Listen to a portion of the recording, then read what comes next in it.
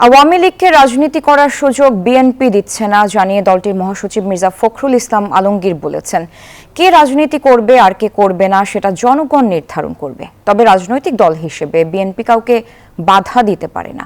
বুধবার ফেনীর ফুলগাজীতে BNP chairperson Begum Khaleda জিয়ার বাড়ির আঙিনায় বন্যায় ক্ষতিগ্রস্ত শিক্ষার্থী ও জনসাধারণের মাঝে শিক্ষা উপকরণ ও ঢেউটিন বিতরণ কর্মসূচিতে এসব কথা বলেন তিনি।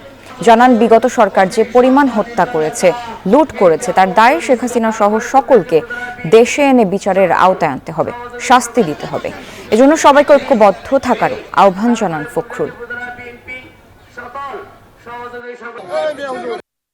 কে নির্বাচন করবে, কে নির্বাচন করবে, করবে না, সেটা তো নির্ধারণ করবে জনগণ।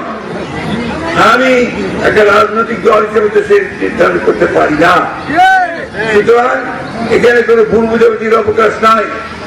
আমরা কখনোই কাউকে কোন দলকে নির্বাচন করতে দিতে বাধা করিনি, কিন্তু যারা হত্যা করেছে, যারা মানুষ খুন করেছে, যারা অন্যায় করেছে, দেশের আপনার সম্পদ নষ্ট করেছে, বিদেশে টাকা পাঠিয়ে দিয়েছে, তাদেরকে অবশ্যই হাসিনা সহ সকলকে নিয়ে সেখানে বিচার করতে হবে, তাদেরকে শাস্তি দিতে হবে।